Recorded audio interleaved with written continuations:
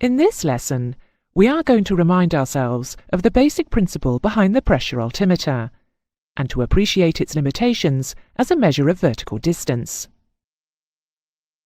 We will also look at altimeter settings, and the reasons for using one rather than another. First, let's start with some basic definitions, so that we use the correct terminology.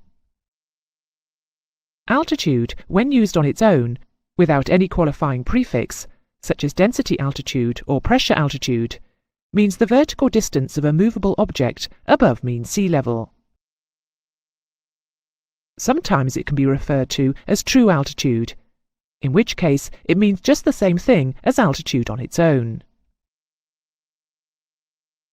Elevation uses the same datum as altitude, but the difference is that elevation is the vertical distance of a fixed object above mean sea level.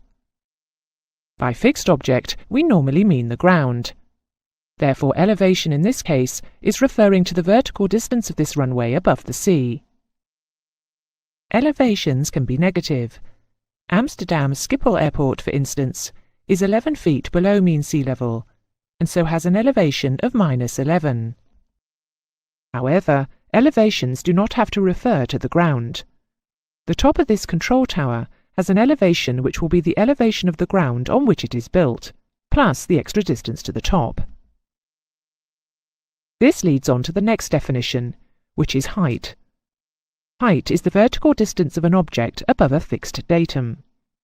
In this example, the aircraft has a height above the airport underneath it. Height is always less than altitude unless the elevation is negative. However, height can refer to either movable objects, such as aircraft, or fixed objects, such as this control tower. A tall obstruction, such as a TV mast, can be quoted both as a height above the ground on which it stands and an elevation above mean sea level. Where height refers to vertical distance of an aircraft, it does not have to be with reference to the ground. For instance, we might be interested in the aircraft's height above the top of a tower. Flight level is something different. Flight level is also known as pressure altitude. It is a pressure difference between that experienced by an aircraft and a datum pressure level of 1013 hectopascals. It is converted using the ISA-atmosphere relationship and expressed in feet. But it is a pressure relationship, and its true vertical distance will vary according to the temperature at the time. Under ISA conditions, that true vertical distance will be the same as the flight level or pressure altitude.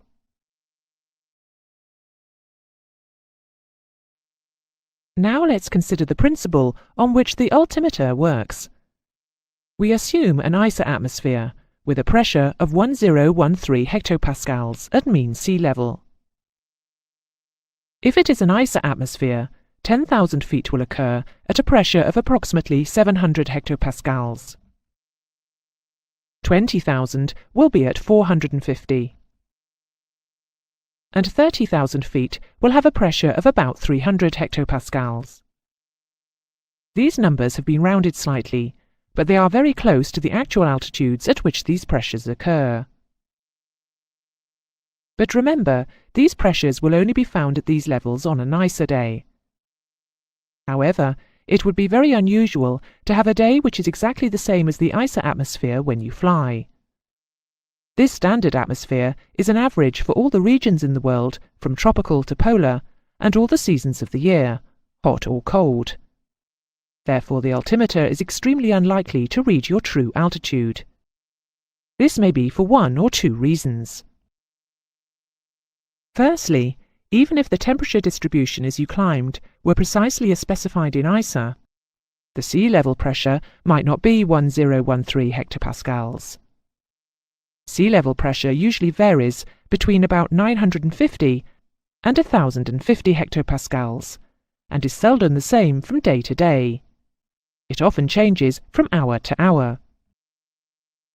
So, if the sea level pressure were, say, 970, all the contour lines would move down together like this. And if it were higher than 1013, they would all move together upwards like this. We can solve this problem by altering the subscale setting of our altimeter, so that the instrument is reset to read 0 for the mean sea level pressure at the time.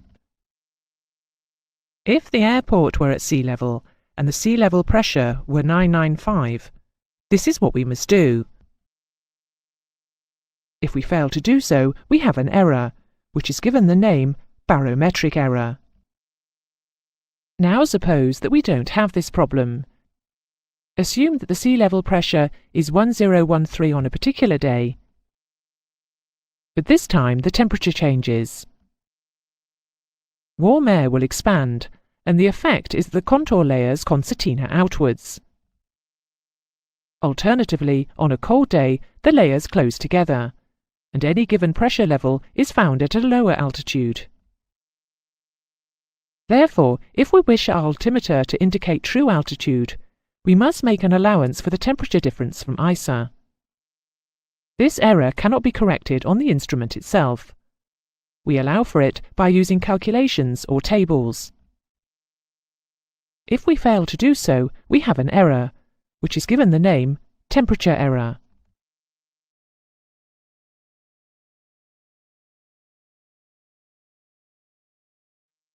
So we now need to decide what to set on our altimeter. Should we correct for barometric and temperature error? If we are near the ground and there is a danger of collision into terrain, the answer is obvious. Of course we should. Especially in fog and low cloud. The vertical distance of hills, mountains, ridges and tall structures is given as an elevation on our maps. We need to know our true altitude in order to ensure safe clearance. We must make sea level our datum by setting the subscale correctly. And if the temperature deviation from ISA is significant enough to make a difference, we must correct for temperature error. But what if we are high enough to be in no danger from terrain? In this case, it is more important to avoid colliding with other aircraft. We require vertical separation. This aircraft could be told to fly at 7,000 feet, whilst this one is told to fly at 8,000 feet. However, suppose that one aircraft has corrected for barometric and temperature error at a departure airport, where the sea level pressure and the temperature are lower than when they meet, and has not altered it since. His true altitude will be here. And suppose that this other one has corrected for barometric and temperature error at a departure airport, where the sea level pressure and the temperature are higher than when they meet, and has not altered it since. His true altitude will be here. There is a danger of collision unless both aircraft use the same datum pressure and deal with temperature error the same way. We have a procedure to deal with this. Once safely away from high ground, both aircraft set 1013 as a datum and do not make any correction for temperature. We call this flight levels. This aircraft is told to fly at flight level 70. This means 7,000 feet on 1013. This aircraft is told to fly at flight level 80. This is 8,000 feet on 1013. It may be that because of barometric and temperature error, this aircraft is really at 6,500 feet true altitude. But if so, this one will be at 7,500 feet true altitude. They are in the same part of the sky and are experiencing identical barometric and temperature errors. They will still have 1,000 feet vertical separation. Their true altitude doesn't matter, as long as there is no danger of either of them hitting the ground.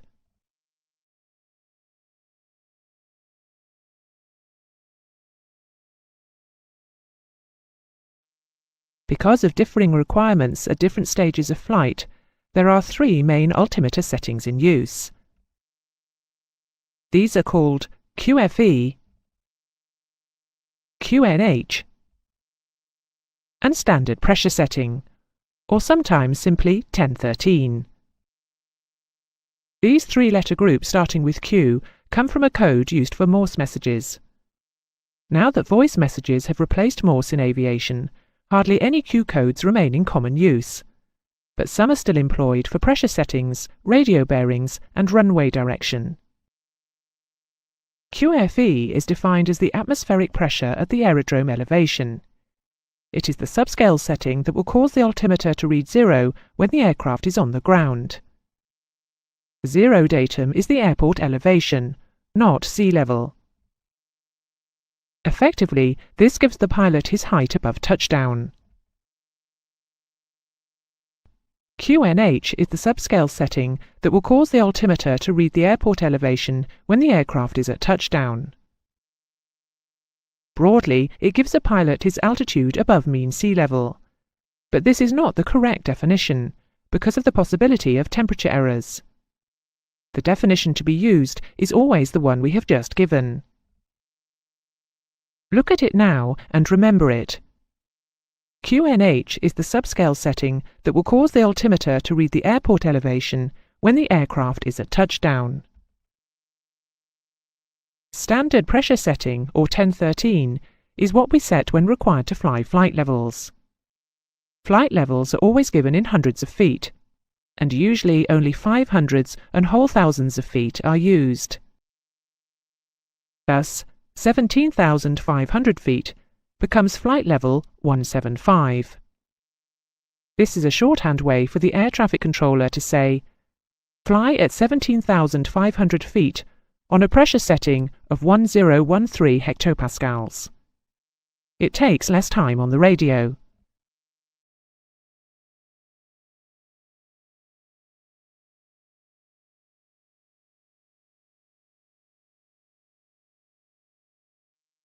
QFE is used for most PPL training.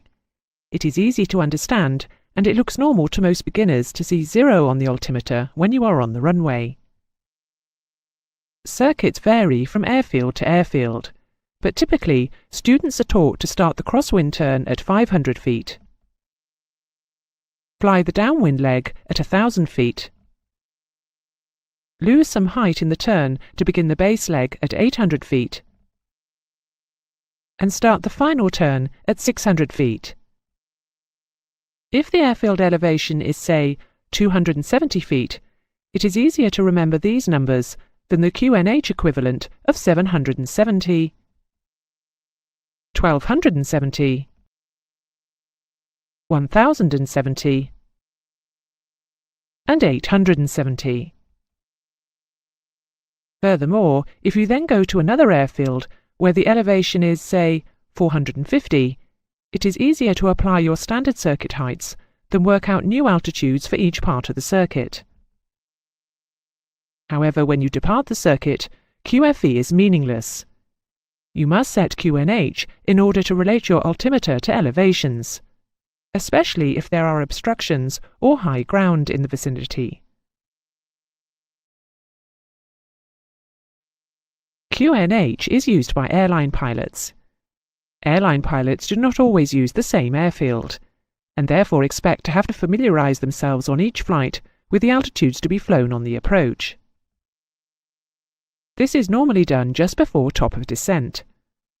At a quiet moment, a few minutes before the letdown is expected, the pilots hold a short intercom briefing, when they look at the approach chart and agree the procedures that they will use.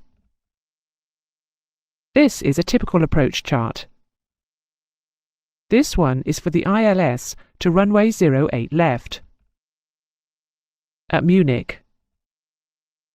Note that the touchdown elevation of 08 left is 1,467 feet. This is a plan view of the approach.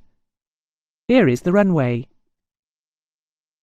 Note that the final approach starts at 12 nautical miles DME range from the Delta Mike November. DME means distance measuring equipment. It gives the pilot a range from a ground beacon.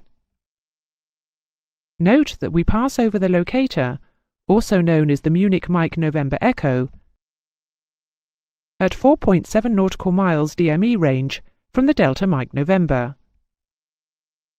We also pass over a facility called the middle marker. Note also that if we have to go around, Our missed approach procedure takes us over an obstruction of elevation 2,133 feet, and that there are also several other tall obstructions in the local area. Now let's look at the final part of the approach in profile. Here is the final approach fix at 12 miles DME.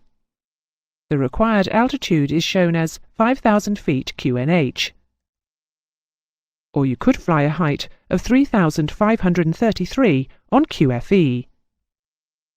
The difference is the elevation of 1,467.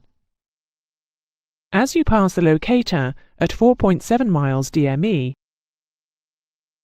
you should be at 2,680 feet QNH, or 1,213 feet QFE.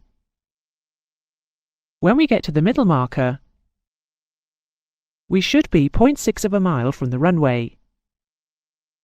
This is the warning that we are very close to our decision point, which can either be given as a decision altitude or as a decision height.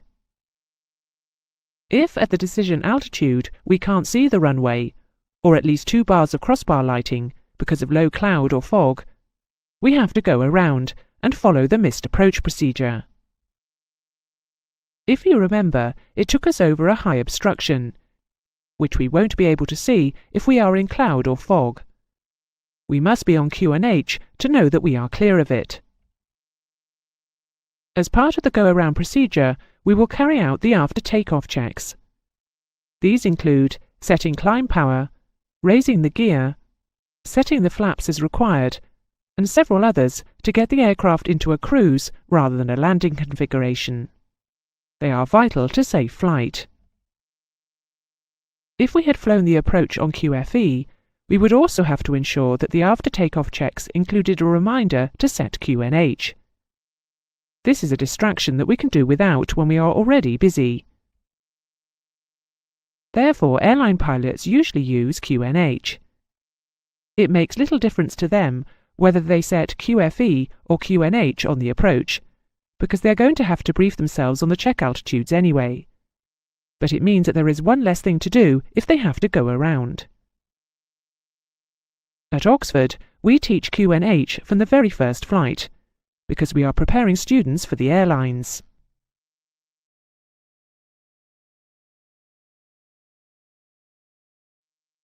Let's summarize this lesson.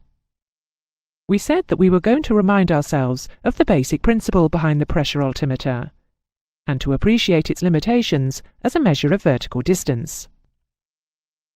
We would also look at altimeter settings and the reasons for using one rather than another. We defined altitude, elevation, height, and flight level or pressure altitude. We said that ISA was only a datum atmosphere for calibration purposes, and was unlikely to be encountered on any actual day. On a real day, the sea level pressure may not be 1013. In this case, we have a barometric error, and the temperature distribution may not be according to ISA, in which case we have a temperature error. We therefore have to set our altimeter to a known datum pressure, and, if necessary, correct for temperature error. However, if we are high enough to be clear of obstructions, we are not interested in our true altitude. It is more important to have vertical separation from other aircraft. We therefore set 1013 and fly flight levels. At an airport, we can use QFE. This is easier for beginners. QFE is the subscale setting that will cause the altimeter to read 0 when the aircraft is on the ground. The 0 datum is the airport elevation, not sea level. We can also use QNH. This is generally used by airline pilots. QNH is the subscale setting that will cause the altimeter to read the airport elevation when the aircraft is at touchdown. It is also usually very close to altitude above mean sea level, but this is not the correct definition because of the possibility of temperature errors. When we depart the airfield, we must be on QNH in order to have a datum that relates to the elevations of vertical obstructions. This completes this lesson. We shall go on to consider the procedures for changing our altimeter settings in the next lesson.